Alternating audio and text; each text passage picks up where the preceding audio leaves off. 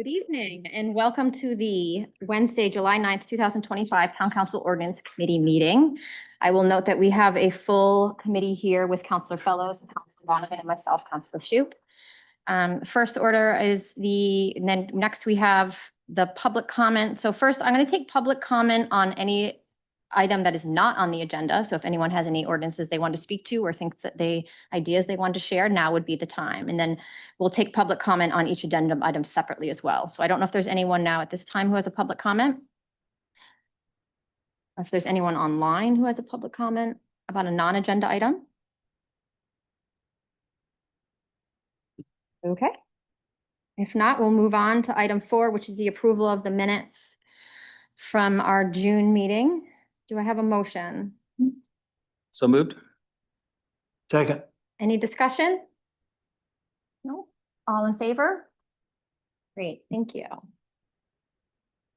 So first on our agenda, item 5 is the act on a request to reconsider item 6, review and consider a recommendation from the Community Services Advisory Board for proposed amendments to Chapter 604 Animal Control Ordinance from the June 11th, 2025 Ordinance Committee meeting. This act for reconsideration comes from Councilor Fellows. I don't know if you want to speak to that before we go to public comment. Sure. Thank you, Madam Chair. I did request that this be put back on the agenda for reconsideration. I just want to very quickly, before we get into public comment and council committee discussion, just give a quick background for that. The council rules do allow for something to be brought back for reconsideration at the next meeting, which is this meeting. I and the committee in general had voted to table the existing draft ordinance to December with the intent of allowing time to gather more data and have further consideration. Upon further reflection and some discussion, including a discussion that the council had at its goals check-in workshop a couple of weeks ago, I really felt that it would be appropriate to bring this back up to allow for the opportunity for more of a full reset. So that's the brief background. And with that, I'll turn it back to you. Thank you. Great. So with that being said, I will open this up to public comment. I just ask that you please provide your name, your address, you have 3 minutes, and I ask that all of your comments go through the chair, which is me. So I don't know if there's anyone that would like to speak to this item at this time. If you want to go up to the podium. I thought I heard someone say yes. Yes, thank you.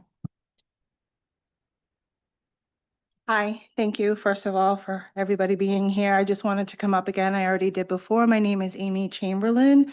I own 2 properties in town. One is down in Pine Point Beach, which is my business, which comes into another discussion tonight. But the real reason why I'm here is the dog ordinance. I really thought we were going to be able to have more time on this, get it discussed, figured out really what we're going forward with. So I'd like to get clarification on that, especially due to dogs off leash time around the beach. And the biggest one for me is my property has a public path. And I have already been here and already stated that I hired a lawyer. If this does pass, I will be sending a letter to the town and it will go in the paper and it will let everybody know that that public path that I pay taxes, I maintain, and I allow it to be used because it's deeded for that, I will shut it down. Because if you pass where my dog has to be on a leash in my own property that I pay taxes and maintain for everybody else to use to walk across to go to other properties, it will get shut down. So I feel very heartedly you really need to listen to your people here in town. They had already showed you numerous statistics that it did not need to be done this way. And we really just want to work with the town so we can get this figured out for everybody to use it and also let others feel safe as well. Thank you. Is there anyone online, Leon? No? No. Okay. All right. If no one else wants to speak, I will close public comment.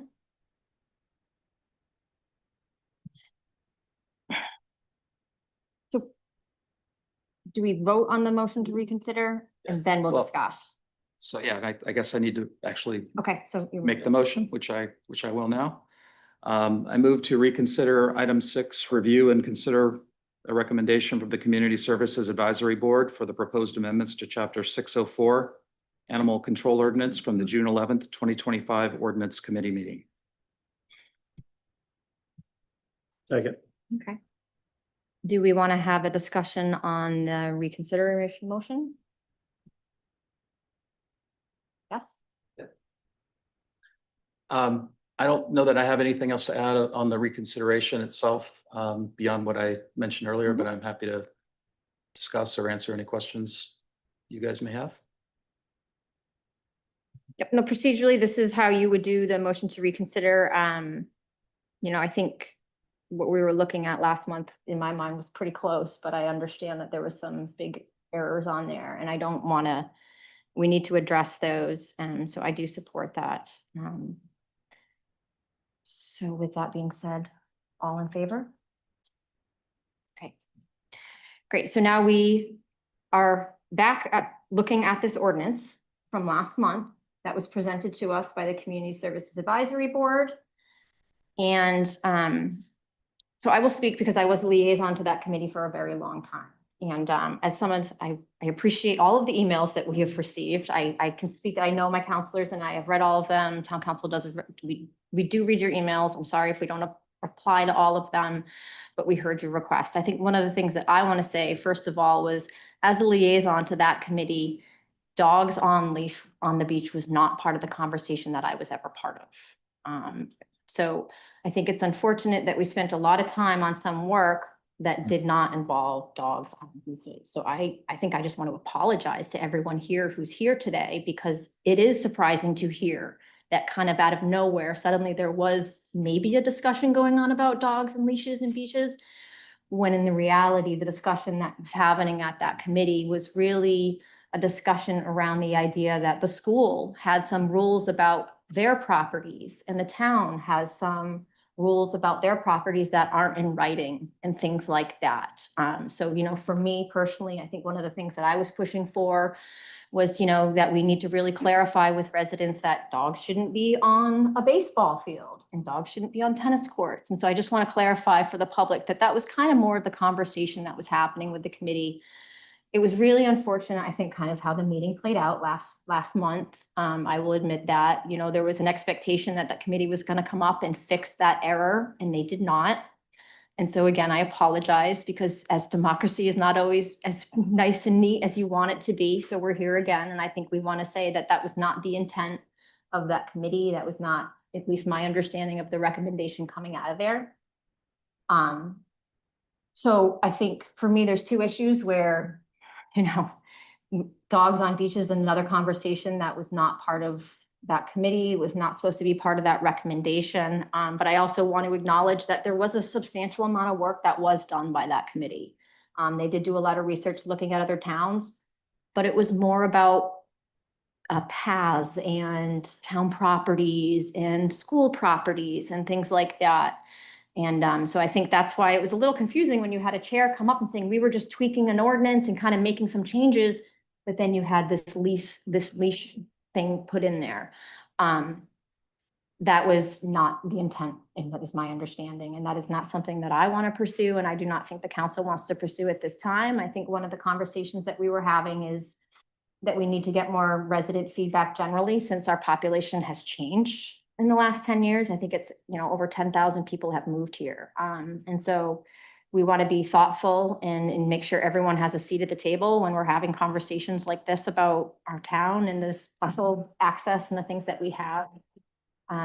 So I do support the reset. I just really want to, you know, emphasize out there that we did have really good committee work that was done behind some of the work that was in there, but it needs to be reworked, rethought a little bit. And I think some of the counselors would like to get some more feedback with the town survey coming out and things like that.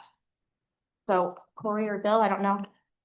Yeah, I think everyone who has participated in this process believed that there was a terrible amount of confusion as to what was being presented and how it came about, and whether there was an endorsement by the Community Services Board to what was actually presented to the town council.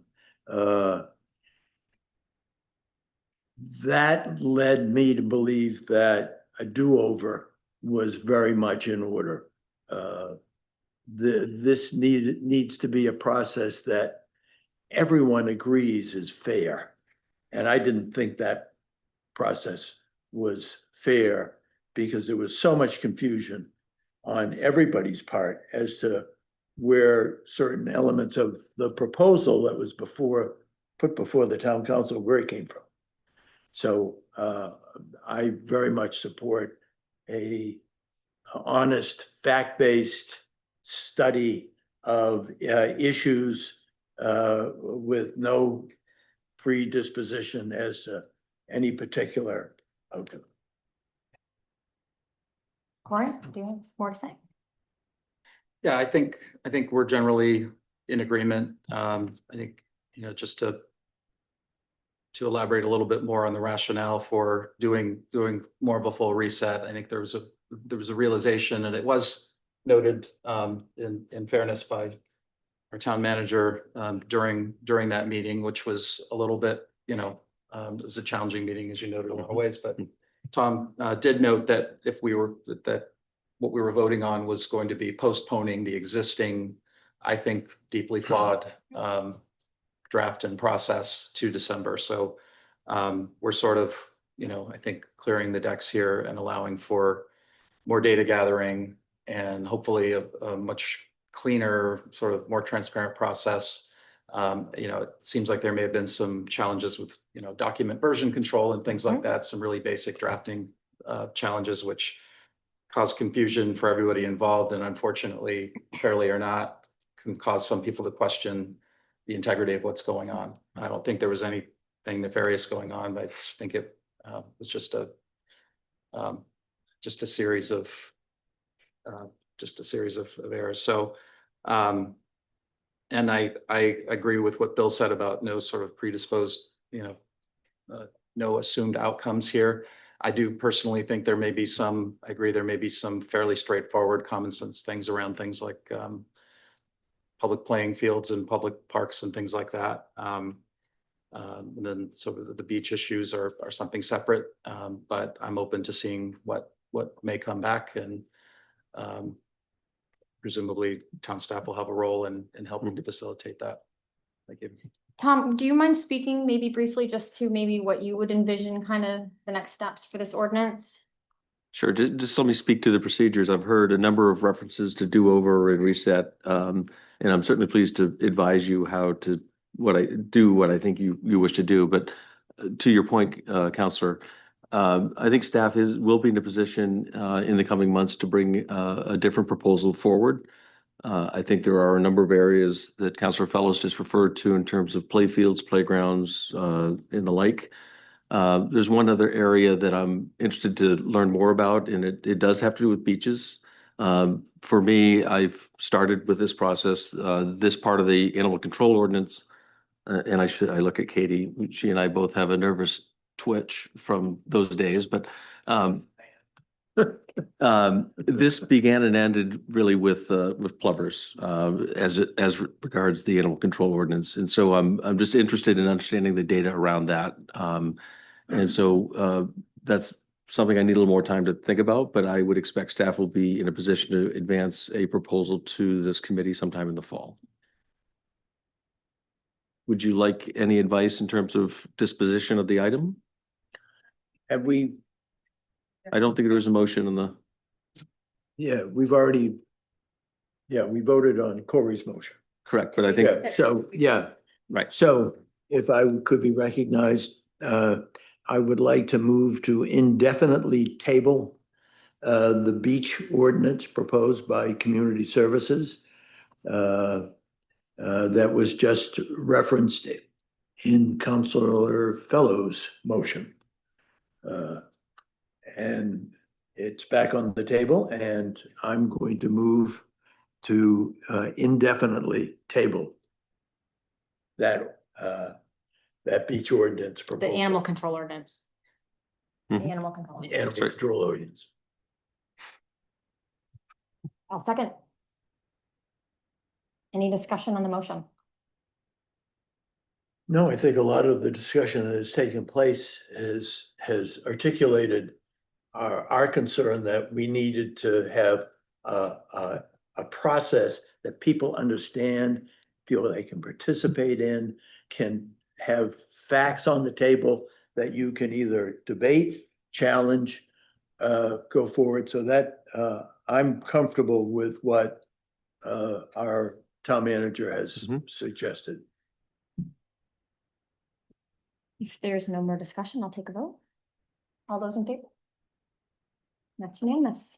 And just to be clear, effectively for everyone, what that, the effect of that motion is that the matter does not come back at all in its form, ever. I alluded to the fact that I expect we'll advance a different version, and I will do my very best to communicate out in due time, so people are well aware of what that is and when it's coming. And have complete opportunity to input to it. Oh, I didn't promise that. Yeah. All right, thank you, Tom.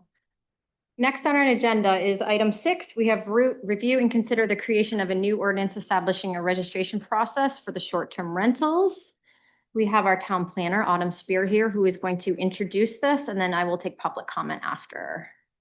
Welcome, Autumn. Thank you.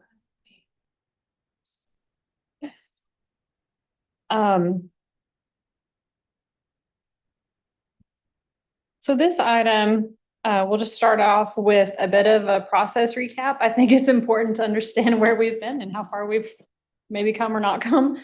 We started this in the summer of 2023. The Ordinance Committee reviewed this process. A different Ordinance Committee reviewed it in July, September. And then Counselor Seither and former Counselor McKee did a Council Corner Live on short-term rentals in November of that year. Worked on it some more, continued to draft and take input. And then June last summer, we talked about it again. It went to Ordinance Committee once again in the fall, but we had 3 seats that were going to be changing over. So it was determined at that time just to continue to work on it over the winter and see what happens. Full transparency, didn't do a lot with it over that winter until it showed back up on council goals, and then reached back out to a small group of people who had communicated interest in having additional discussions. We met in April, took it to the Long Range Planning Committee in April. They didn't have any comments. And then we had a big public meeting that was well attended in May of this year. We opened it up to public comment until July 1st, and those comments are in your packet. The ones that were directly sent to me, I believe you all have seen others as well. And I've continued to get some trickles, but they're all predominantly the same. No surprises. In summary, I think there are 30 in your packet. The vast majority are in opposition. And there's different reasons for that, but I think most of the feedback that I've received have been from homeowners, residents in the beach communities. There's a history of rental on the beach communities. They'd like to see that continue with no changes. There's the argument that most of those are professionally managed. There's been a concern about added cost, just an added burden, inspections, being able to time those. There's already some ordinances in place for noise and code compliance. You know, there were some concerns about what we would make people do to their structures to bring them up to code or not. So just generally, people, I think when we first started this, people were afraid that we were going to say you can't do short-term rentals anymore. That never was an option. I think people were afraid we were going to put a cap on the number. Some communities do that. That was never discussed. But these are the issues that have come up. For those in favor, it's really always been about protecting the existing neighborhoods. I think there's a distinct difference between purchasing and owning a home in a residential subdivision where you're used to seeing the same 10 to 15 families on a pretty regular basis. Whereas when you go to the beach community, you expect a different situation. And so it really came about, we need to take care of existing neighborhoods. We also want to protect our housing stock so it's not overrun by short-term rentals and investment properties. We do have a housing shortage in Maine, and so, but we also live near the coast where it's very viable and very economically friendly to purchase these properties and rent them. Parking came up as an issue, and then just generally noise. We did get a few other comments that were included. The violations were too harsh. The insurance amounts were too great. Occupancy requirements were limiting. There's an opportunity for maybe a proactive program. And then ADU requirements need to be better enforced. So some of these comments I was able to actually incorporate in the draft that you all have. So the red lines that you have represent what was changed from that May meeting. And so some of them have been reduced and simplified a little bit. So what the ordinance that you have is pretty basic, and I'll go into the specifics of it. But again, the goals of this really are to protect the neighborhoods, but maintain the tourism opportunities. So it's never a discussion about preventing or prohibiting the rental, and then to create some level of accountability and just to have some sort of public list. So if you are purchasing a property, you can look up something and you can know, what you're getting into, what your neighbors might have. And then also creating some level of safety with an inspection process so that we don't have situations where people are renting in places that they should not be, and accidents not happening, hopefully. We do have a few existing regulations that sort of apply to short-term rentals. So we have an accessory dwelling unit regulation, and this is probably something that a lot of people didn't necessarily know, but if you have a permitted ADU, you can no longer rent your primary home or your ADU for short-term rentals. And short-term rentals is defined as less than 28 days. If you want to rent it seasonally or 31 days, that's fine, but ADUs can't be used for short-term rentals, and that's an existing ordinance. And then we have rules about lodging, bed and breakfast, and hotels and whatnot. So this would only apply to rentals short-term, less than 28 days. So this is just a summary of the recommendations. When we started this, I took a look at 6 or 7 neighboring communities, and we went through comparisons of what type of registration there was, were there caps, what they were regulating. So a lot of that is still online that you can find it, but I won't go through it for tonight.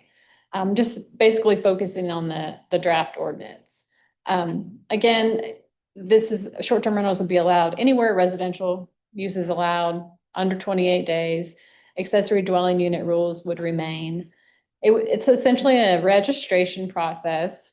It would be hopefully online when we go live. We have some code permitting software that we're putting in through my department, and it has a business license component that we would be able to use for the clerk's office.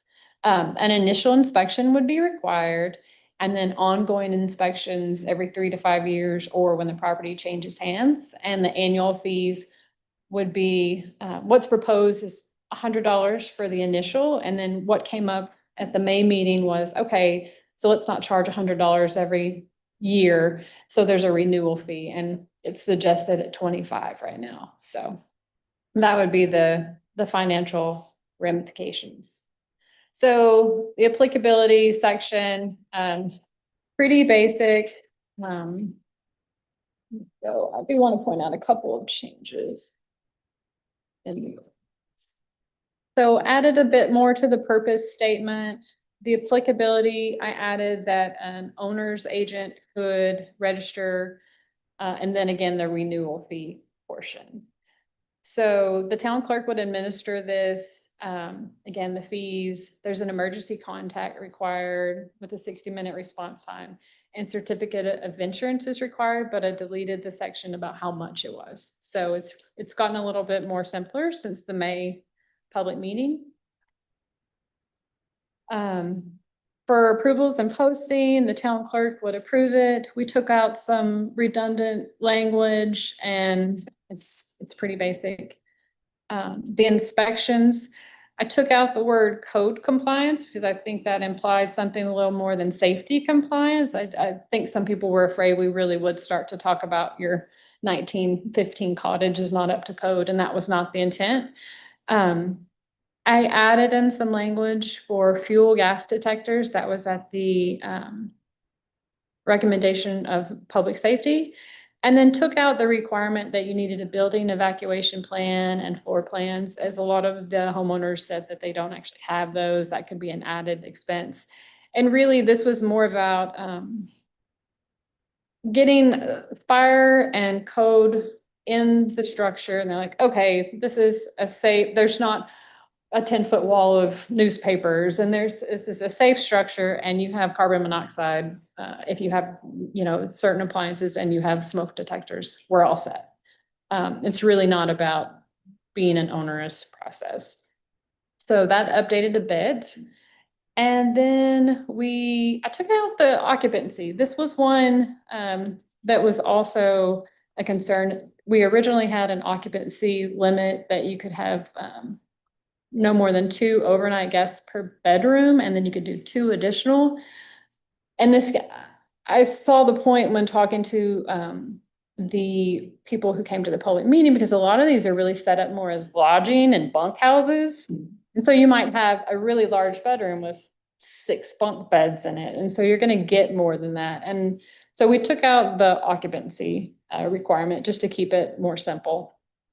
Lodging and bunkhouses allowed in residential zones. Well, and I probably said I mixed up my words, but the way the rooms might be set up, right? So, and that is a good point. So if you go back to, I'm sorry, can I ask another question though? Sure. Does the town limit occupancy on residential properties? Like if you're building a new home, you can say, I have 4 bedrooms, but I'm gonna have 35 people here. we don't. So that's part of my, like, we don't really limit that. So if you have 18 kids, and good for you. Right, and so a lodging house, the definition is 3 or more rooms are rented and you get living accommodations, but no board. So it's more like I'm renting out my 3 bedrooms to 3 different people, and they live there on a pretty continuous basis. I was using bunk houses because I look at cabins up north on a regular basis, and I want like a bunk house. So I was thinking about using it more that way, the way it's set up for kids and things like that, and some of the short-term rentals. So that is one thing that I did. I think that's probably the most significant change that would have a positive effect, I think, and for the people that were opposed. Parking, you have to show where you're going to park. That's a big thing. You're not allowed to use on-street parking already for short-term rentals. That's in Chapter 601. And then you just have to make a general acknowledgement that the Good Neighbor Ordinance applies and that you have to provide for refuse and sanitary waste. So also violations and penalties, pretty straightforward. Violations and penalties that we have similar to other ordinances. And then the complaint process, I did amend this one after that conversation. So the way it works is the 1st through the 4th complaint. Police or code enforcement would work with the owner to correct the complaint, or they first have to verify the complaint and then work with them to correct it if needed. There is also a sentence in that I thought was a really good point. If you are the property owner and the complaint is on you, it does not count against one of your short-term rental complaints. If you're loud, that's a different situation. But the 5th substantiated complaint, that would be when you would actually lose your short-term rental for the remainder of the period, a 6-month suspension, if you will. And then the 6th complaint would be your registration would be revoked. All of these would each be within a 12-month period. So you'd start over again each 12 months. And then there is an appeals process built in through the Zoning Board of Appeals. It's an administrative appeal, as the code enforcement officer is the one that would be making these complaints. So that's where we are with the draft. If you all depending on what you decide to do with this, the next steps would be to send out again letters and contact information to everyone we know that has a short-term rental, and then get this before council September, October timeframe. With that, I am happy to answer any questions, and I know there's lots of folks that have public comment. I have a couple questions. In regards to the insurance requirement, I know that you had that wonderful chart that you put together that compared all the towns that had short-term rental ordinances. Is that something that you're seeing consistently in the other towns that created these ordinances? I think I have that up.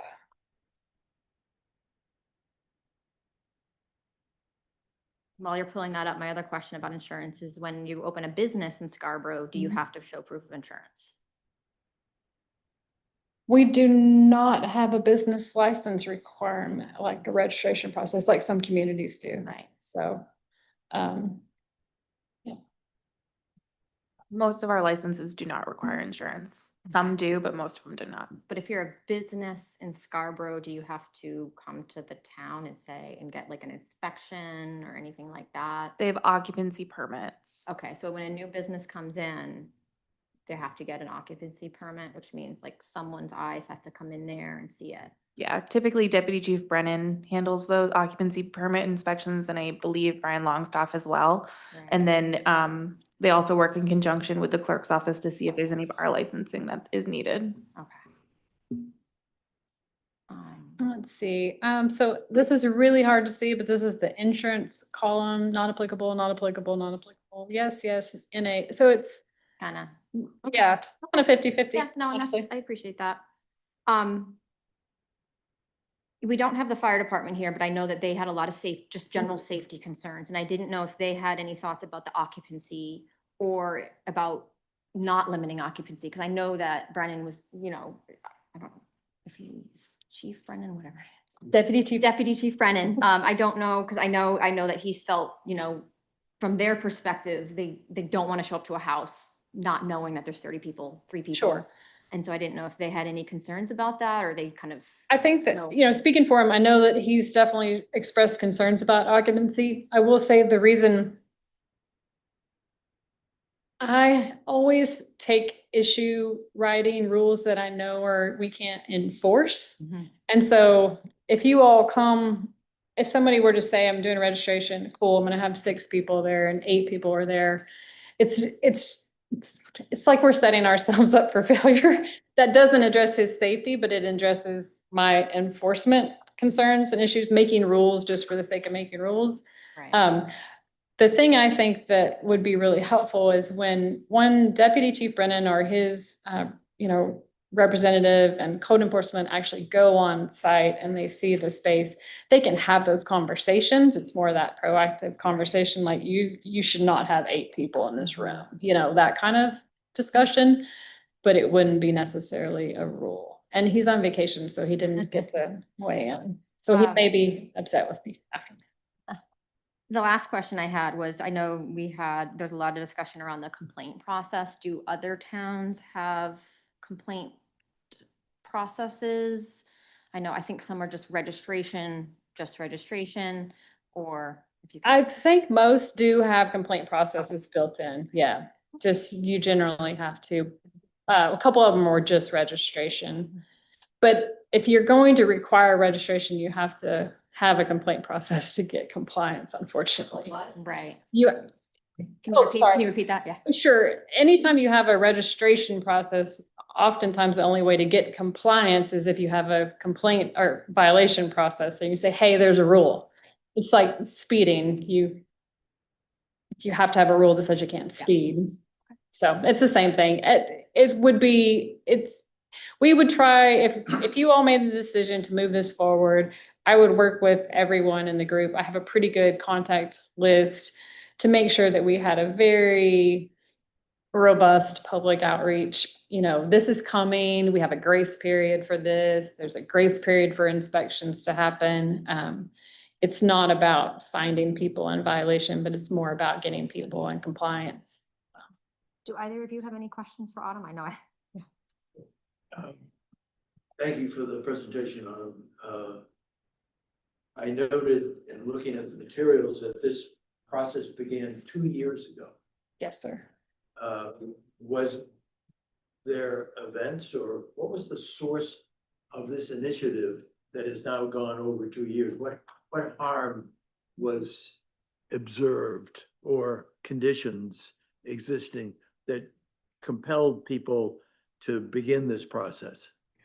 I think that at first was brought up when LD 2003 was contemplated because that was going to open up the door for accessory dwelling units. And I think that got the conversation started. The great thing about our ordinance is we already allowed accessory dwelling units and we already had some protections in place for them. So we didn't see this rampant surge. That's not to say we don't have people who are violating the accessory dwelling unit short-term rental ordinance, but I think that's what got the conversation started. ADUs, and then, and a proliferation of them being worried about that. And then and then even once that sort of got quelled a bit, that wasn't going to happen, it still maintained a conversation because we were getting people who were like, hey, I live in this neighborhood and I don't know who's in my backyard on a regular basis, or That's what Those that sorts was of the things. follow-up question was, did we have verifiable complaints from non beach community residential settings saying, I don't know who's down the street there? yes, not a ton, but yes, we have had them. What we get more often or not in our office, and we had one already this week, is, hey, so-and-so's renting out their house for short-term rentals. I found it on Airbnb. It's not supposed to do it. It's an ADU, or it's a mother-in-law unit in the basement. Why are they doing this? So we get a lot of that. I'll concur. I think Autumn's exactly right. The impetus for this conversation was kind of the unknown and the concern around the impacts or potential impacts of LD 2003, which did not come to bear, in part because of the existing regulations, the fact that we were able to keep them in place. But there was always kind of a background level, low level of complaints isolated in particular areas, frankly. So that was kind of, has always been there. So those two things together, I think, brought it to the fore.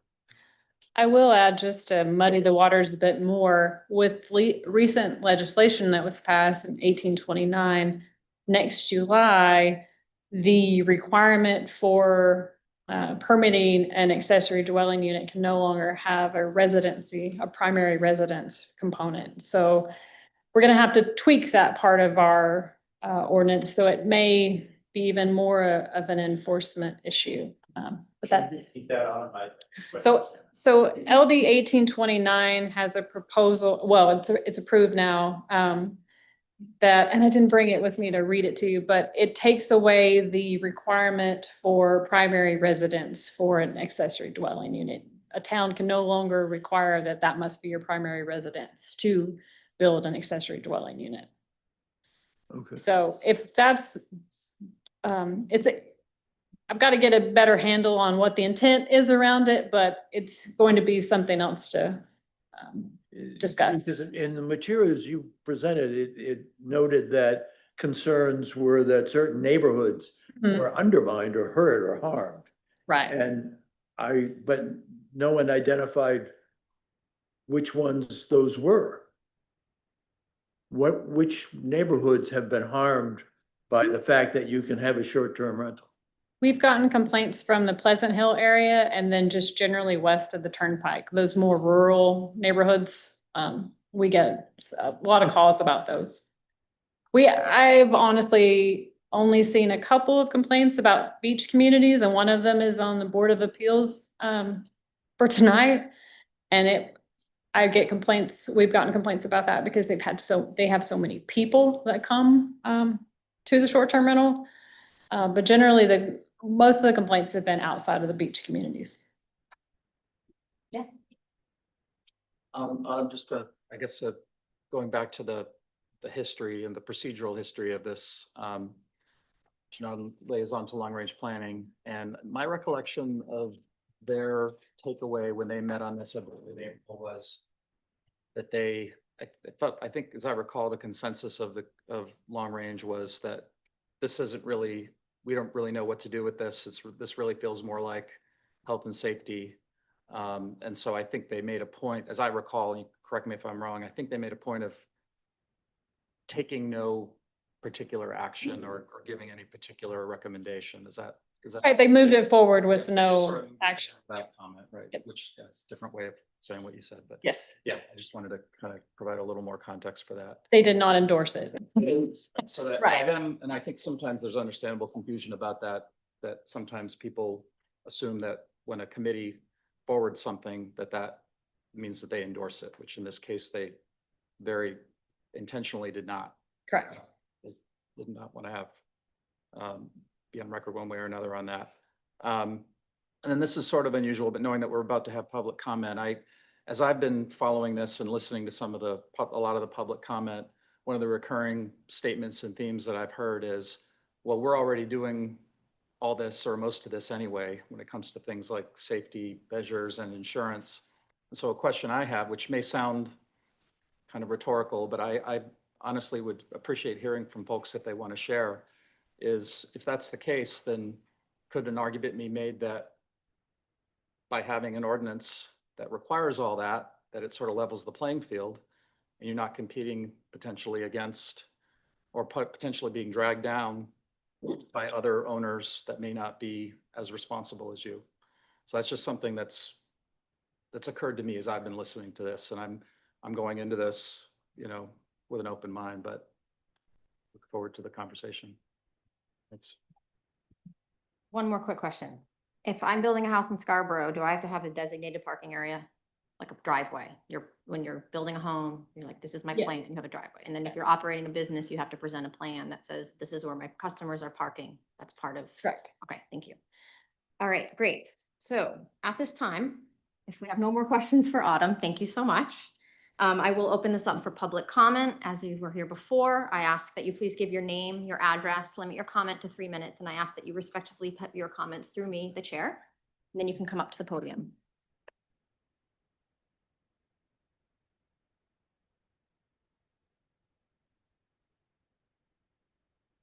Good evening, thank you. You guys hear me okay? Is it on? Is it? Okay, there we go. Sorry. Okay. All right, thank you.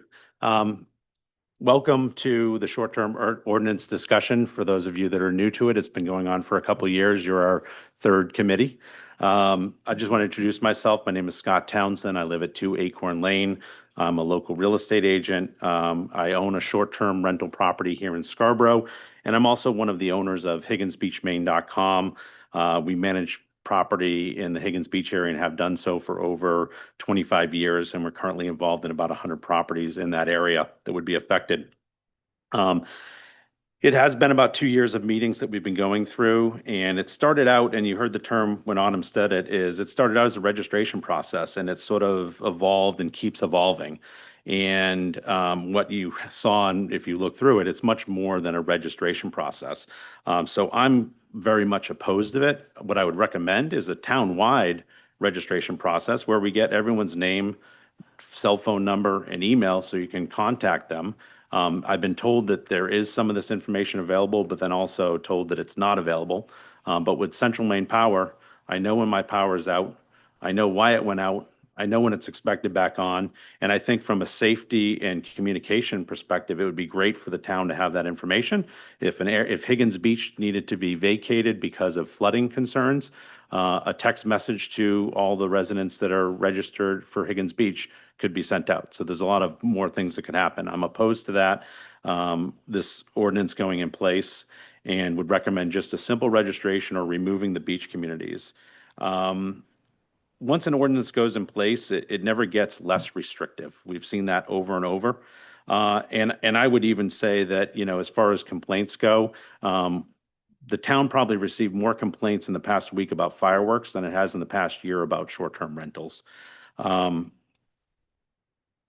I don't think it's needed. We're trying to fix a problem that doesn't exist. And by creating this, it's going to create more problems. I have a lot of things to talk about. And for the sake of time, I do want to address one of the questions that came up from one of the counselors. Two things to think about is talking about leveling the playing fields. The people that aren't doing what they're supposed to do aren't going to register. The people that are going to register. We do have high standards in our rentals. I would argue that from a safety perspective, what fire is talking about, whether it's smoke detectors, carbon monoxide detectors, gas detectors, fire extinguishers, we set occupancy that's very restrictive and vehicles in accordance with what our owners want. So we already have these things in place, and that's why we don't get complaints. The majority of the beaches are managed by professional agencies. And there's also a cost associated with it. Having an inspection at your unit, it's not as simple for someone that's out of state to have the fire marshal come. They need to hire somebody to meet the fire deputies there, to meet the code enforcement officers, coordinate that with tenants during weekly summer tenants. We're not going to be disrupting someone's vacation. So there's a lot of reciprocal costs that are going to come along with it. I do have more comment, but I'll follow that up in an email. Thank you.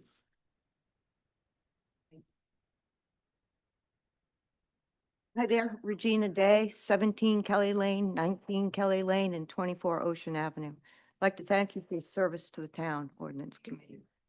Nope. Thank you. You want me to start over? No. Okay, you know who I am.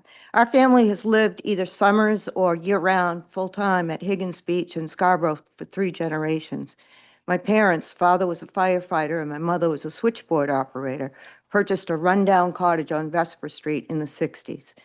Where we could come for the whole summer after school closed in Portland. Over the years, many DIY improvements were made and a myriad of family times were had. The moon landing, running to our bedrooms with rain jackets on because the roof was leaking, making donuts on the kerosene cook and heating stove.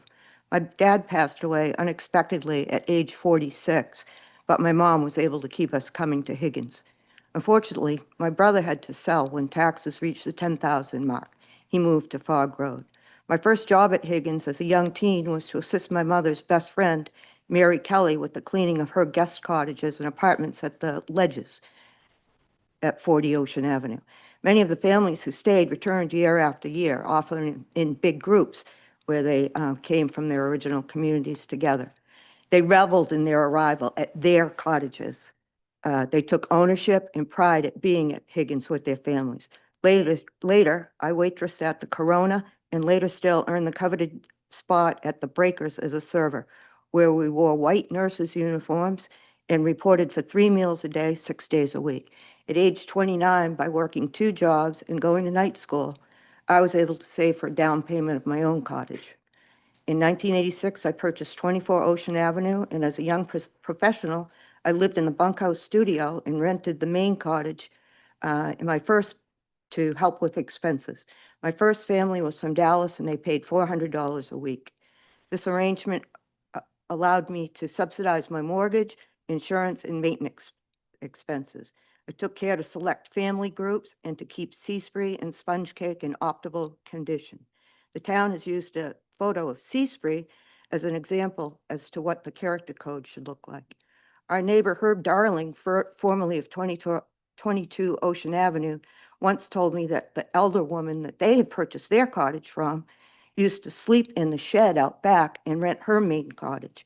Now, I don't expect that to happen these days, but the origins of Higgins were actually tents.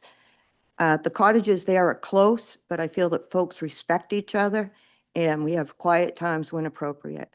Please consider short-term rental. Please do not consider short-term rental ordinances for Higgins Beach. We have a long history providing haven for families who cannot buy there themselves. Our young children and our rent at Maine Medical Center and another one financed in Manhattan wouldn't be able to own property here where they grew up without the help of rental income. My husband and I have worked tirelessly to maintain our properties so that our son and daughter will have a legacy of Higgins Beach for their own families. Please do not support short-term rental limits. We risk turning the beach into something for just the highly privileged. Thank you. Got through it.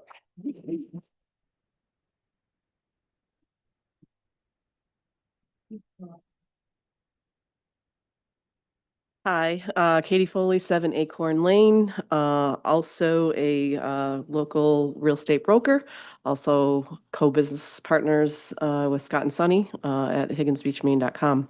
Just want to add a couple things to what Scott said. Obviously, I support his position. It's my position as well. I think what we're doing is been working very, very well for many, many years.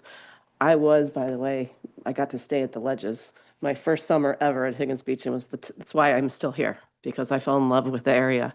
But I wanted to talk about two things. So to answer or to kind of follow up on Counselor Fellow's question or comment, those reciprocal costs also, when you're a business, it's different if you're a owner, you have one or two properties and you have to manage that inspection time and whatnot. If we are as a business and we're trying to manage that property for our owners, we also have the incurred cost of labor for staffing those added inspections that would be needed when we're already doing all of those things. And then I just wanted to talk about something that's been on my mind a lot lately. Tom Hall will know from a recent email, and that's statistical significance. I know because I sat in your seats. I know the volume of emails you get on different issues. And I've also, been behind the seat when, it has been somewhat exaggerated, like, oh, there's 150 emails about this issue. And like, well, geez, I only got 3.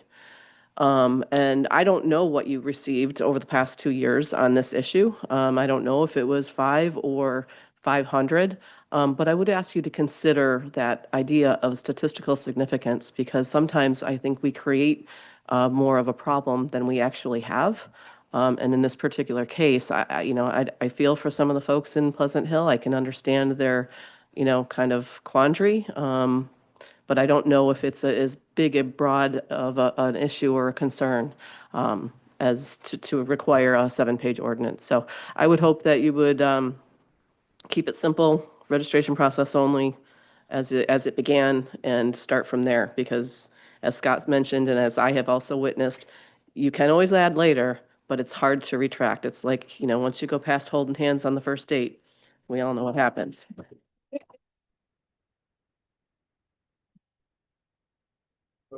I'll take one more comment and then we'll go online.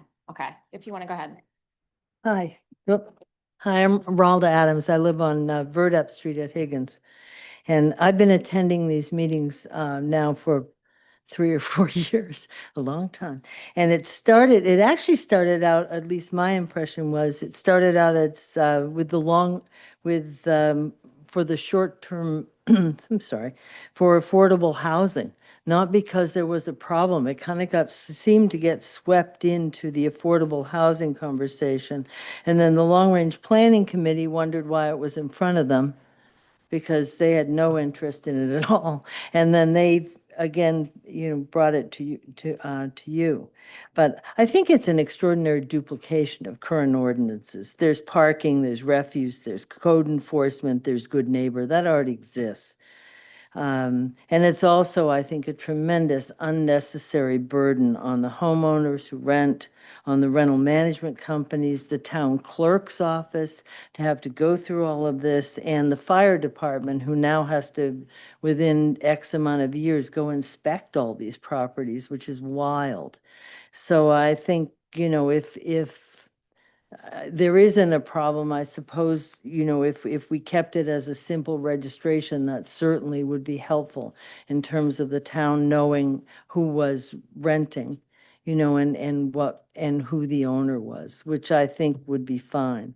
But the rest of it, between the burden and the duplication, I just find it unnecessary. So thank you very much. Thank you. Thank you. Okay, do you want to go online, ma'am?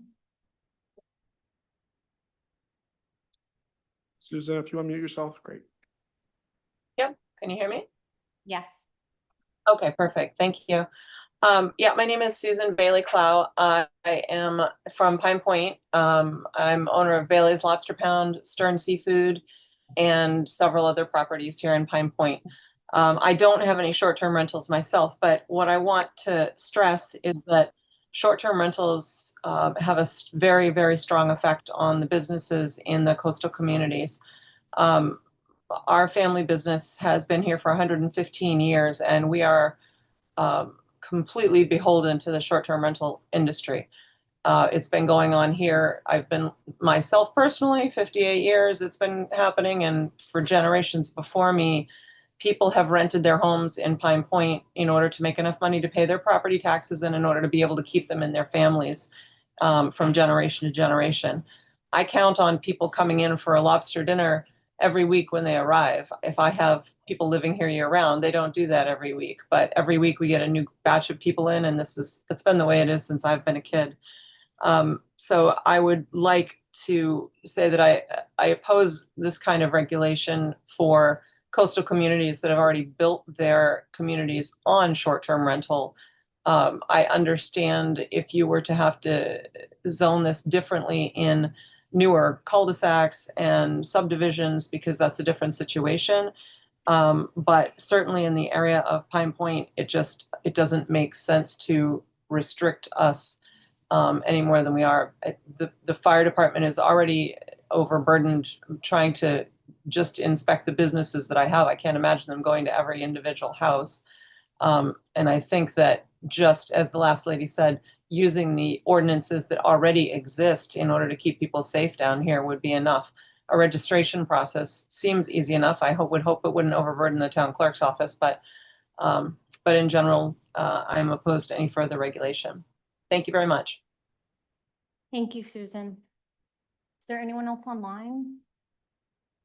Okay, is there anyone else in the room? Yes. Thank you. My name's Danielle Delaquilla, 104 Fog Road. And my husband, Tim, and I live there. And I'll just be forthright in saying that I think that we have a short-term rental of our own primary home that we do a handful of times a year. And, you know, we signed on to a 30-year mortgage when my husband turned 60 years old. And it was like, okay, how are we going to afford this? Not all of us had the luxury of buying into Scarborough in the 70s or 80s. It's an expensive town. Life is really expensive. You know, we've gotten really creative in how we want to live our lives. And, you know, I think the complaints from Pleasant Hill are from us. And honestly, it's not from our renters. It's from us. It's because we might have a cookout in our backyard, because we have a lot of friends. Sadly, we had a fire in our backyard, and it has been misconstrued that it was renters. It was us. We were there, and it was traumatic. And I'm sure it was traumatic for the ladies in our backyard, but it was unintentional, and it had nothing to do with an Airbnb rental. And so this saddens me that this has become such an issue, and the whole like Pleasant Hill neighborhood, I feel like we're targeted. We've been completely targeted, and it feels unfair. And I just want to say that renting out your primary home is something you have to be very like particular about. All of our things are there. Our pictures are on the wall. Our belongings are there. Our furniture is there. Every single person we rent out to each year, which is probably about 6 times a year, it's not a lot, and it's really just in the summer months. We make sure these people understand that we live there and they have to respect our home and our neighbors. So I just urge you, if you're going to put an exemption for the beach community, please consider exemption of people who live in that home and they're renting out their home. It's their primary home. I'm not some corporation buying up property that's in need of supporting a community. It's my home. So thank you for listening. Thank you.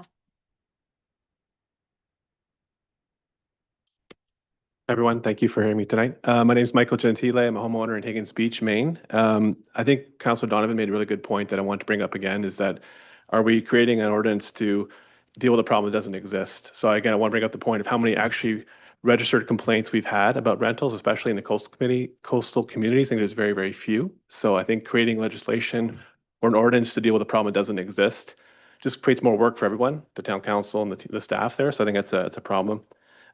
Insurance, I want to make the point that in coastal communities, insurance is very, very hard to get. It was very hard for me to get insurance this year, period. So if you start to add additional requirements on insurance providers to insure this or that, it makes it very difficult to get insurance. Many homeowners rely on insurance to have a mortgage, so that could put some homeowners in jeopardy in that situation as well. Tourism, what's happening politically, I think you probably all know, tourism is down this year. So if you make it more difficult for people to rent their homes, less rental properties, less tourists, a major impact on the local economy, tax revenue for the town council as well.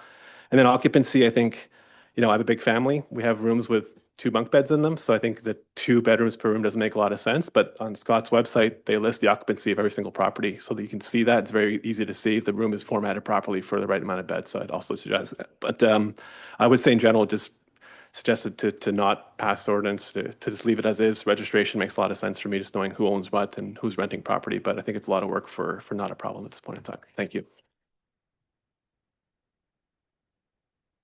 Hello there. Hey. Kate Boyle, 18 Mast Road. I'm one of the ladies that lives behind Danielle. I come to these meetings. I've been coming to these meetings since 2023. I started dealing with the issues in my backyard on 2 different tracks. The fire that happened in the backyard, I dealt directly with what I discovered was impacting my property. And I started coming to these meetings because I was curious about the issue. What's an ADU? What's a short-term rental? What's extra living space that's not an ADU that you can put on Airbnb and so forth? Camping, glamping, RV renting in a suburban backyard. Is that allowed? No, it's not. The fire that happened was in April of 2023. On September 2nd, 2023, I first wrote to the first iteration of this committee, and in that email, I submitted a copy of the fire department's report, which clearly stated what the cause of the fire was and the concerns that I had that resulted from it. I wasn't targeting, I wasn't misrepresenting. I'm representing myself and the experience that we have had. It's a non-conforming utility shed that was turned into a glamping location for 19 months. They have received a permit to replace a non-conforming utility shed, and they have stated their purpose of putting that on Airbnb. So without a registration process, we start all over again. You talk about compliance. If you're going to have rules, you have to have ways to have compliance.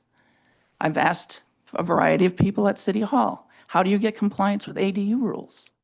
Does it matter if you get compliance with ADU rules? Does it matter if they're renting them out on Airbnb when they're not supposed to? And if it doesn't matter, why do you have the rule in the first place? And if you get an ADU or you get extra living space and it's not an ADU because it doesn't have a stove in it, so it doesn't have complete housekeeping facilities, who knows, okay, now I can put my stove in it. And does it matter? I'm not making up these rules. I'm struggling to understand these rules. But to say that we at 18 Mass Road have targeted somebody or misrepresented anything is unfair, uncalled for, ridiculous. Thank you. I'm Ellen McCarthy. I'm here on behalf of 18 Mass Road. Do you want to stand at the, Can you hear me? well, so for the public they can't online. Okay. Thank you. No, I appreciate I it. didn't want to. No, you're fine. It's for people online that are watching. I apologize. No, thank you. Short person. I'm Ellen McCarthy. I'm the other half of 18 Mass Road. And I got to say, I've been coming to all of these meetings for 2 years also. And I'm a little disappointed in the beach communities. It's the same real estate people and the same business owners and 1 or 2 homeowners that come every time and they make the case that, well, we're doing it fine in the beach communities. And you have for years and you're doing great. Nobody's arguing that. You could have stepped up and offered to write the registration process, but you didn't do that. Did you? Direct your comments towards me. Thank you. Thank you. I would like to see the beach communities care as much about the rest of Scarborough as those of us who live in the rest of Scarborough. It's not just Higgins, it's not just Pine Point, and trust me, Pleasant Hill has enough Airbnbs going on that they got plenty of them to complain about and the problems that they've had. It's no one person in particular. But I think it's important to remember that there's a lot of other people here in Scarborough living in neighborhoods that don't have the structure or the support. If we've got a good process, use it, leverage. Why wouldn't everybody want to take advantage of Scott Townsend's best practices for renting short-term rentals. I'm sorry, it's a really painful and emotional thing that we have all been dealing with. Mr. Donovan, you wanted to know if we had complaints from neighborhoods. Of course, there are complaints from neighborhoods. We have been complaining for 2 years. We have been showing up at meetings. I don't think you have been at many of those, but that's okay. I know there's great documentation. If you want it, it's available. I sincerely hope the town, this ordinance committee and the town council consider all of Scarborough's residents and the safety of every visitor to Scarborough. Otherwise, people won't come back year after year if they're in a house fire or a flood or they die on their vacation. Thank you. My apologies for the emotion. Thank you. Is there anyone else online? Okay, is there anyone else in the building that would like to offer a public comment? Yes?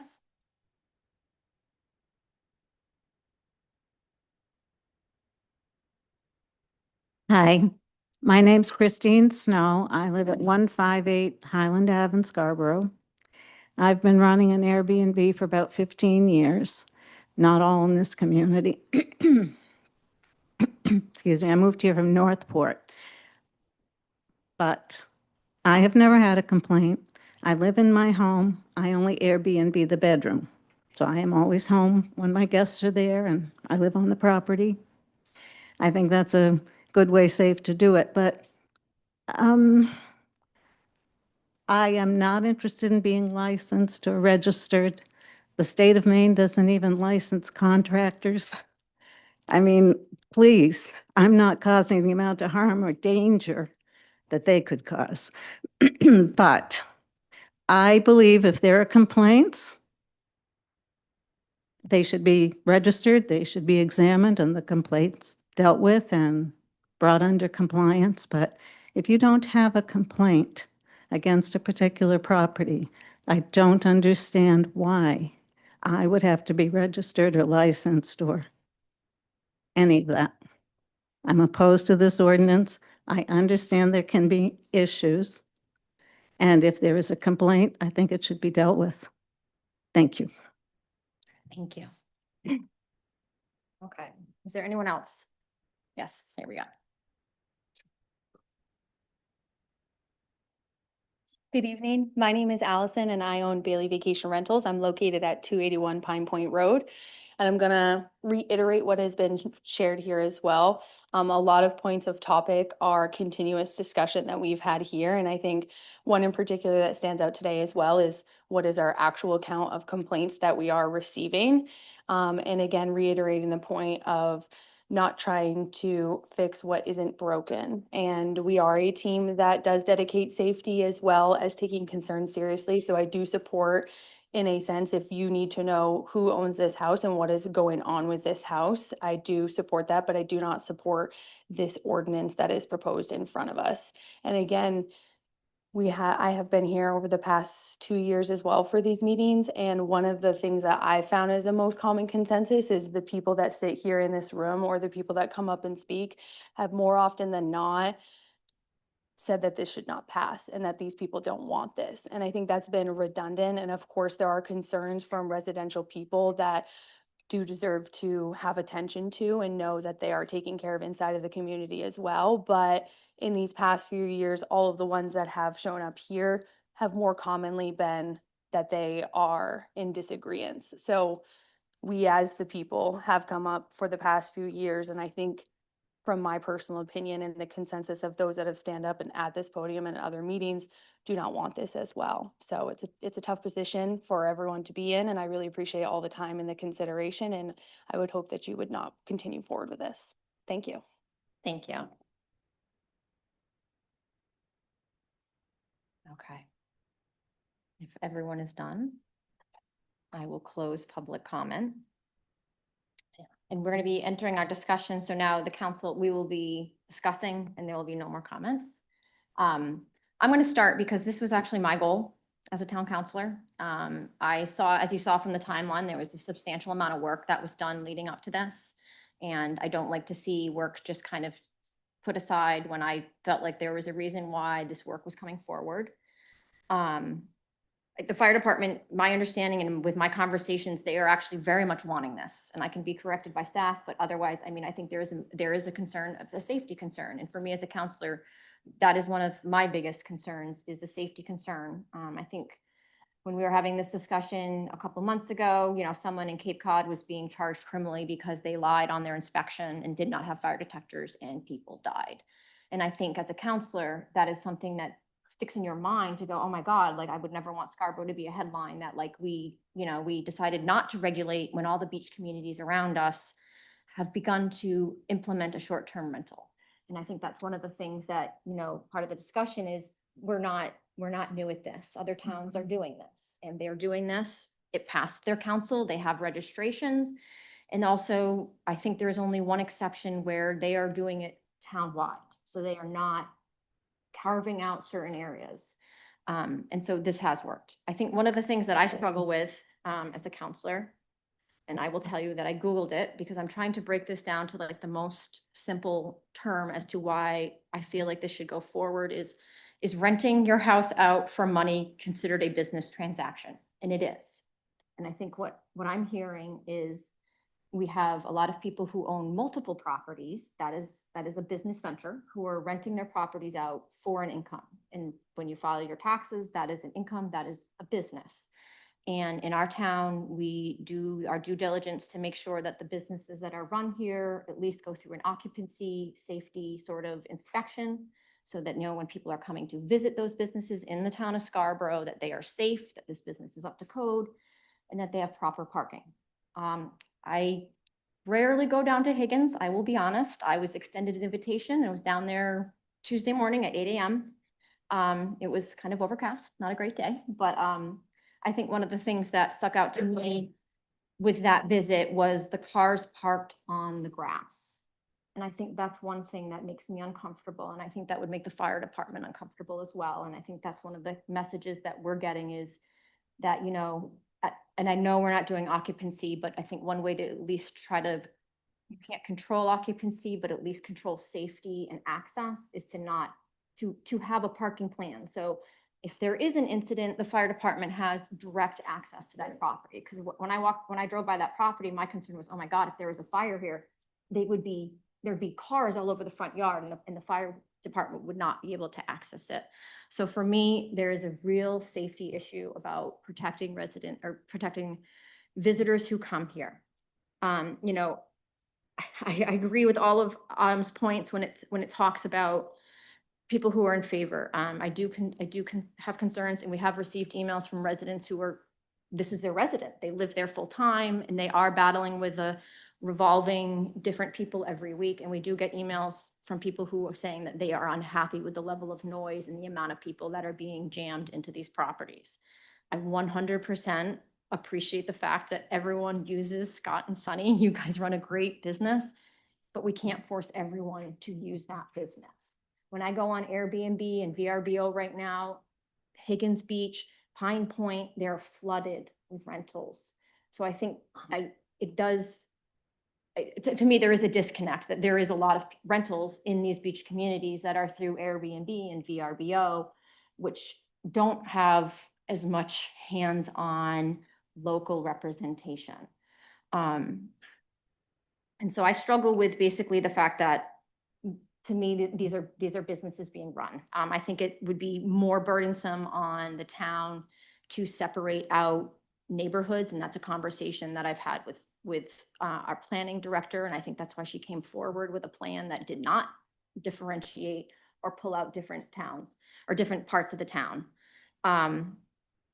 In regards to the insurance requirement, I think I was surprised to hear that businesses don't. I totally appreciate that. I think that's something that I'm willing to have a discussion with. I think my only concern is if you don't have insurance and your neighbor doesn't have insurance, but you're renting it out as a business, I feel like there's a disconnect and there's maybe not protection for the residents who were there or for yourself. And so I'm not quite sure how I feel about requiring insurance. I just also worry about, as someone who works at a personal injury law firm and has also done cases against Airbnb, like the liability that would open up to people and the process that people would have to go through if they were injured and a property didn't have insurance. That's a lot, it's a lot messier litigation process and getting reimbursed and being made whole again. And if anyone's running a business, I would imagine you would have insurance, but maybe you don't need it. I will just say that again, with the accessory dwelling units, I think that is one of the major concerns and drivers that was coming from the planning department. In regards to how do we regulate this, I think we have a problem. It's very frustrating to go online and being like, I would love to, you know, rent out my cottage, but I can't, but other people are, and that's what's happening right now. And so no matter how much we try, not everyone is doing what they're supposed to, and not everyone's going to be using the rental company that's available to them. And there's really no way to be able to check that. With that being said, I will gladly open it up to Bill or Corey. I don't know if either you want to go first. Happy to. Full disclosure, I live at Higgins Beach, so I see it. The record in front of us shows there's no history of safety risks under the present situation. Most of the rentals, as we all know, are at the beach communities. And as Autumn has testified, you've got some complaints here or there, but there's no record of complaints of that there's a problem here. And when this was presented to me as a new counselor, I said, where'd this come from? I've never heard of it living at Higgins Beach all these years. So that I wanted to hear about, well, that's why I led with that question to ask Autumn. Homeowners insurance is required to get any mortgage. And we're talking about properties in Scarborough that are very expensive, and therefore everybody's got a mortgage. And so homeowner insurance, these insurance companies exist for the purpose of making sure they don't have any claims. And so if there's a safety risk involved in the maintenance of that house, then they're not interested in that. So the fact that we have a regulatory process in place now struck me as appropriate, because I don't think we should be over-regulating. And I saw this as over-regulated. The system seems to be working fine. The management companies that do a lot of the work are respected, reputable, been here a long time. So I was unimpressed by, and that's why when I saw it's been going on for 2 years, I couldn't quite figure out how could this thing persevere along, limp along. And then we had a committee review, which is standard here. We have committees review it, and they didn't endorse it. They just sort of pushed it along over to us. And so I've got a real problem trying to justify why we would go forward with this level of regulation. Thanks. First, I want to thank everyone who's been participating in this lengthy process, regardless of where you stand, including tonight. And thanks for indulging me, those of you who answered my semi-rhetorical question earlier. Yeah, this is a tough one. And in some ways, it kind of, for me anyway, distills what can be really challenging about being on the council and being on this committee, because there are countless issues and challenges all around town. And one of the things that's been most challenging for me since joining the council last year is the fact that so many of these issues involve disputes between neighbors. And so I've been in multiple meetings where it starts to feel like I'm just a witness for an argument between neighbors. And it's unfortunate, but it's a fact of life. Question is, at what point does it rise to the level of meriting additional regulation and imposing new rules, new processes, new fees, new enforcement burdens on town staff and our budgets. I will say, and I completely agree with, I'm glad that Councilor Shoup made the point about the important distinction that comes into play when you are renting out a premises for money, that is different. That opens you up to regulation and things like licenses and registrations. So I've heard that question in past discussions. Well, why should we have to do this? Well, there is something fundamentally different about charging people money for staying at your property, and there's a certain amount of liability that comes along with that as well. So as a matter of principle, I completely accept that the town has the right, so to speak, or the authority to regulate that. But I think, part of the challenge for me is, and it's been alluded to previously, is that some of these things, some different issues have kind of gotten conflated, I believe. And so there some, I think, valid concerns about the market being flooded with buyers that just intend to rent out their properties, and that tightens the market for folks who actually want to live here full time. I'm open to having that discussion as part of continuing that discussion as part of our housing conversations. There also are valid concerns about, non-beach neighborhoods. But to me, on balance, this ordinance doesn't truly address those. I would be open to, and would welcome seeing a simple registration framework. But to me, to impose a whole new regulatory infrastructure on this, even though there are some valid concerns, it's sort of a cost benefit thing to me. I'm not convinced that it's really merited. So that's where I am. Thank you. I guess I would say I encourage my counselors to go to Airbnb and VRBO, because the properties are not managed substantially by local. So there is a substantial amount of properties that are short-term rental right now listed on Airbnb and VRBO. And on top of that, when you go up there, we have multiple properties who have ADUs currently listed as short-term rentals. So I'm going to reemphasize that we hire staff who are skilled in these fields, who monitor what is going on in the state, federal level, local level. And in response to the ADU and in response to the uptick, I think, of the Airbnbs and the VRBOs and the lack of, now we don't just have Scott and Sunny, we have all these other competing interests who are so removed. We've received numerous emails from residents who own multiple properties. That is a business venture. And in this town and other towns all around the state, there is some sort of regulation, or at least check-in with the business to make sure that it's set up. I think it looks bad when you're driving into Higgins Beach down Ocean Ave and the yards are filled with parking.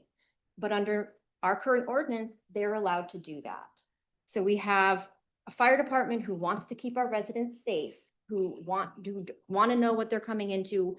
We have the obligation, if someone is like, I'm going to buy a house in Higgins Beach, I think they have every right. And then maybe we should say to the realtors, what is your responsibility as a realtor to know the neighborhood and who next door is renting it and things like that. Right now, there is none of that. And I think that's why I support some sort of process. The idea that because there are no complaints, that's not what's driving me at all. This is a safety issue for me. This isn't about, oh, we have complaints. And there are complaints. We've received emails from people about the fact that they're living in a residential neighborhood and they're having turnaround. And I think, it's probably not anyone sitting in this room, unfortunately. And I think you guys all have the luxury of being able to work with an agency, but I think in my mind, this is now a small subset of what the town is.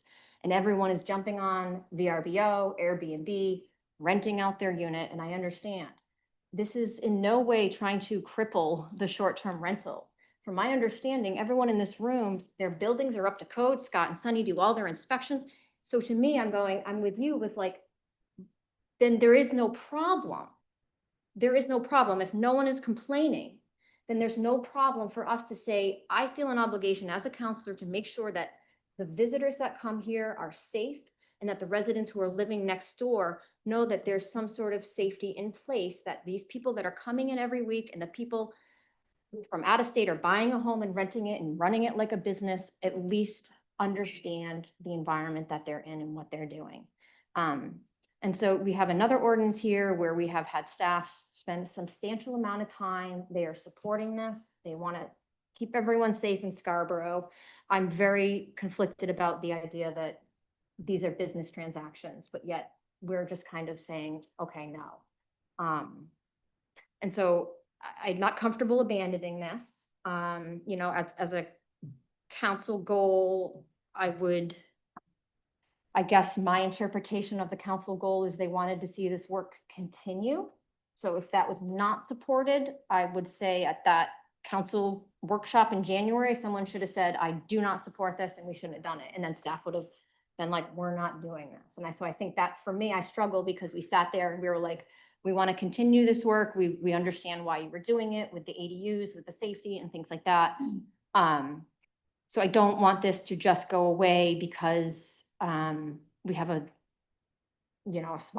group that clearly is following the rules, but also I feel like running businesses down there. And I think it does kind of maybe, affect the integrity of the residential neighborhoods. Corey? Thank you. Yeah, I mean, respectfully, my interpretation of the goal, just to sort of start with that point, is not that there was an assumption that something would eventually, something of any particular character would eventually emerge and be enacted. It was that there were a series of issues to continue to explore, and obviously this process had already started before we included this among the housing goals. I also, at least to an extent, believed at that time that there was going to be maybe more focus on the affordability side of things. So we can have an honest disagreement about that, and that's fine. I certainly accept that there are complaints. I don't question that at all. But again, sort of to go back to some of these recurring themes that we see with issues in town, it's imperfect. There are always going to be some issues and complaints. There was a reference earlier to fireworks. I mean, I think that actually in some ways is kind of an example of an issue that the town has grappled with over the years and has revisited periodically and tweaked it. And there are people who feel very strongly that there should never be any fireworks in town. There are people who feel like it shouldn't be regulated at all. But we sort of, for better or worse, we kind of live with the ordinance that we have, and I hate to say we accept it, but it is, just being honest, it's sort of what we do. We kind of accept that it's imperfect. We regulate it as much as possible. The fire and police departments do their best to enforce the rules and keep everybody safe.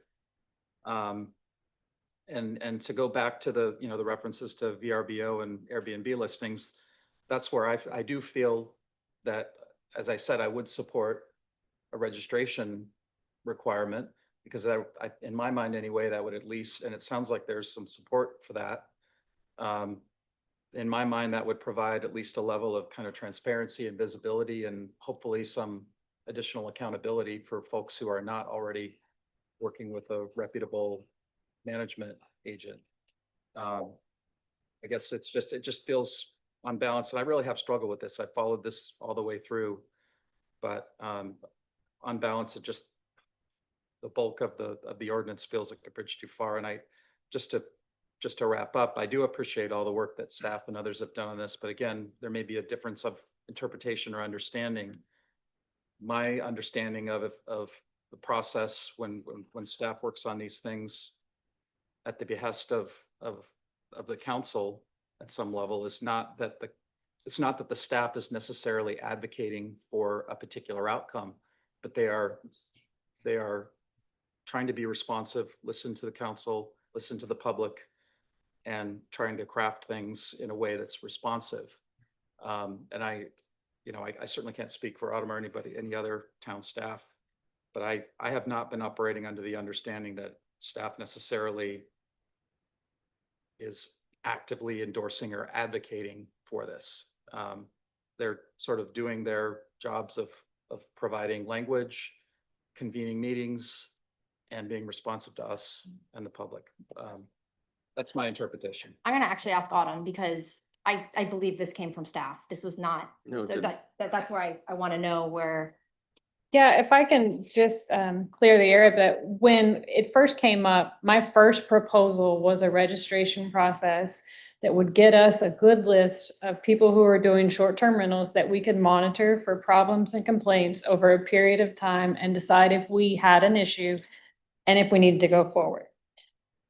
When that came up with discussions, there were some concerns from the public safety side that once we say this is allowed, is there some liability for the town? So then we started really looking at the inspection process.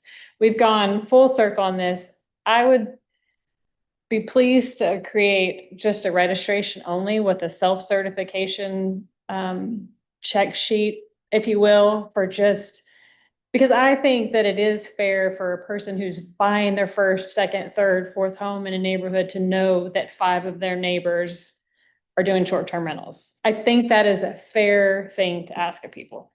Do I necessarily want to, my limited staff, to inspect 300 of these on a pretty regular basis? I do not. But a registration process, I think, is a really good first step that sounds like we have good support for, that would at least give us the information without going too far, that we may or may not have a problem. So if I get 6 calls from public, that was one thing too, like public safety didn't have a way to quantify if it was a short-term rental call, because we don't have a list of who's short-term rental. We don't know who's there. And that would be able, we could cross-reference calls and things like that. So I've never fully endorsed a huge short-term rental, but I do endorse the idea of having some sort of registration so it's a known list and people, there's an awareness. But I do not represent the public safety and I do not go into burning buildings, so just gonna say that. Is there currently anything in our ordinances that stops people from parking on their grass? As like overnight parking? I mean. No. And then. Can't do a commercial parking lot. You can't Right. sell parking Right. spaces, but you can park where you. And then, I do that. my other question.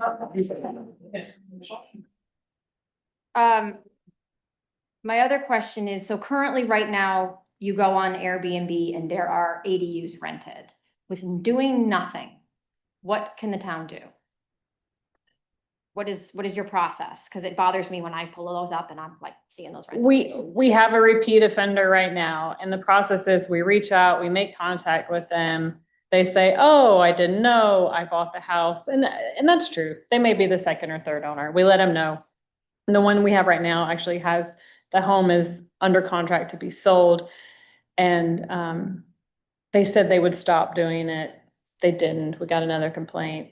Basically, we would have to take, we can send them violation letters and we can try to take them to court. But we always just strive for compliance and education.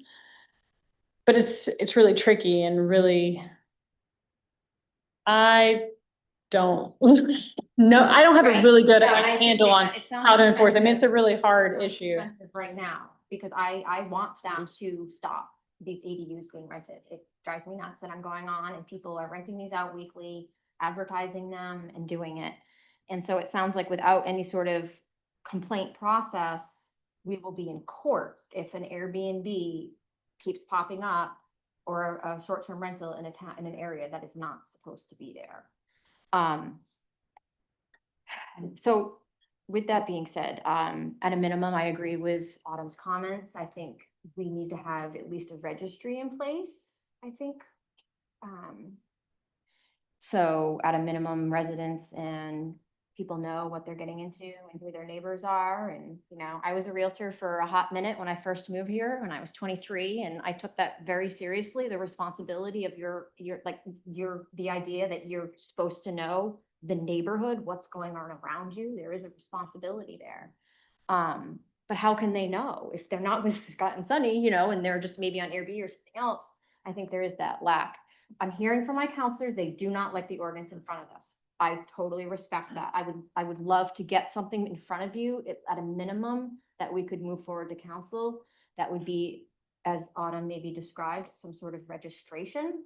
So we could get a pulse on this, but then also that would, I think, further maybe give you, now that we have a registration process, you violators, you're clearly violating it and you need to stop because they're gonna go to, maybe they'll try to register, not knowing. Right. Or they're just gonna keep showing up on Airbnb and not be registered. I think that's what, at a minimum, I think we're all looking for is some sort of knowledge of what is out there, what's going on in the neighborhoods and things like that. I just want to be clear, when it comes to nonconformance, we like to think, and I think we're fairly successful in many cases, education, and we do achieve compliance. For people that don't want to conform, whether you've got a complaint process or not, what was described is often the outcome. We have to take them to court to stop the action. We can't forcibly go in and do something. So there's always, as was mentioned, it's imperfect. There's always going to be offenders out there, and there's limitations on what we can and can't do. Just a final point in terms of the impetus of this. This is a classic example. In rare cases, staff will advance something, but in most cases, we're reacting to a policy query or initiative that comes to us. And this is exactly what's happened.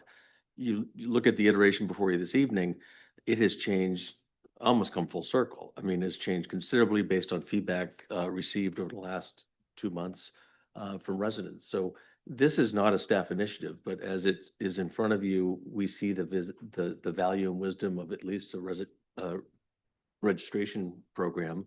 And we will certainly do our best to enforce whatever you come up with, if it's a full-blown, more regulatory environment as well. But don't misconstrue, this is not coming as a staff initiative, and we'll go about our business if this doesn't pass as well. How do my counselors feel about sending this back and coming back with a registration process simply? I would be open to that. I would like to see Autumn come forward with something like that with the pros and cons so that we can just focus on that. And so we understand what the implications are. So that we don't over-regulate where it's unnecessary. Okay. Do I need to make a motion to like? You can table the item and have it returned when staff has prepared what you've asked for. Maybe as soon as next month, it may be longer. I think we can both set it around in a month's time. Okay. So is a motion to table in order? So I'm just clarifying if I need to make one. It sounds like I'll make a motion to table this till August. We don't have anything not big. Okay. Table this to August with the understanding that we would like to simply create a registration process at this time. Do we have to meet? We do have, I know we have one other thing for September, for August already. We do? We do. It's a small thing. It's a really quick thing. So I'm thinking I'd prefer not to meet in August. Just put it right out there. I think I would be happy to see us take this up in September. do you not want to have an ordinance committee meeting in Correct. August? Correct. Oh, you like take a vacation, like enjoy the summer? Yes. Come on, Bill. I will ask staff if that's, I know you had other stuff for August. Are you? That's fine with me. Okay. It is the summer, and even though gave Jane Marie such a hard time for canceling all those summer meetings, I might follow that. And I would say if we could, and I think that'll give, again, if the public does have more concerns even about the registration process, that'll give you time and us time to hear those as well. Because I think a lot of the feedback we got was about this big ordinance that we have before us. So now I think if we give ourselves 2 months to say, hey, we're scaling this down, we're just going to do a registration process. Let's see what that looks like in September.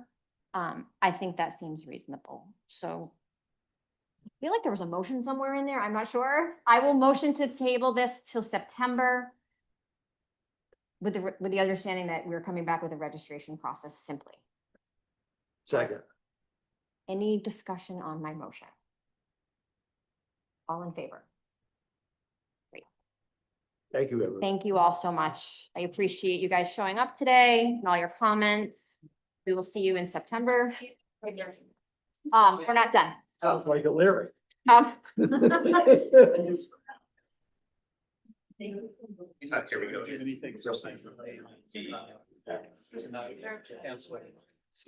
Oh, yeah, so the next, item number 7 is future meetings and agenda items. As we just discussed, we will not be meeting in August. We will be reconvening in September. I know that Autumn has a small sign ordinance that's coming before us. And then we'll do the registration. Maybe something else will come up, but I think that would be good. You're good. And with that being said, I will take a motion to adjourn. So moved. Second. All in favor? Guys, let's go outside. Thank you. Good job.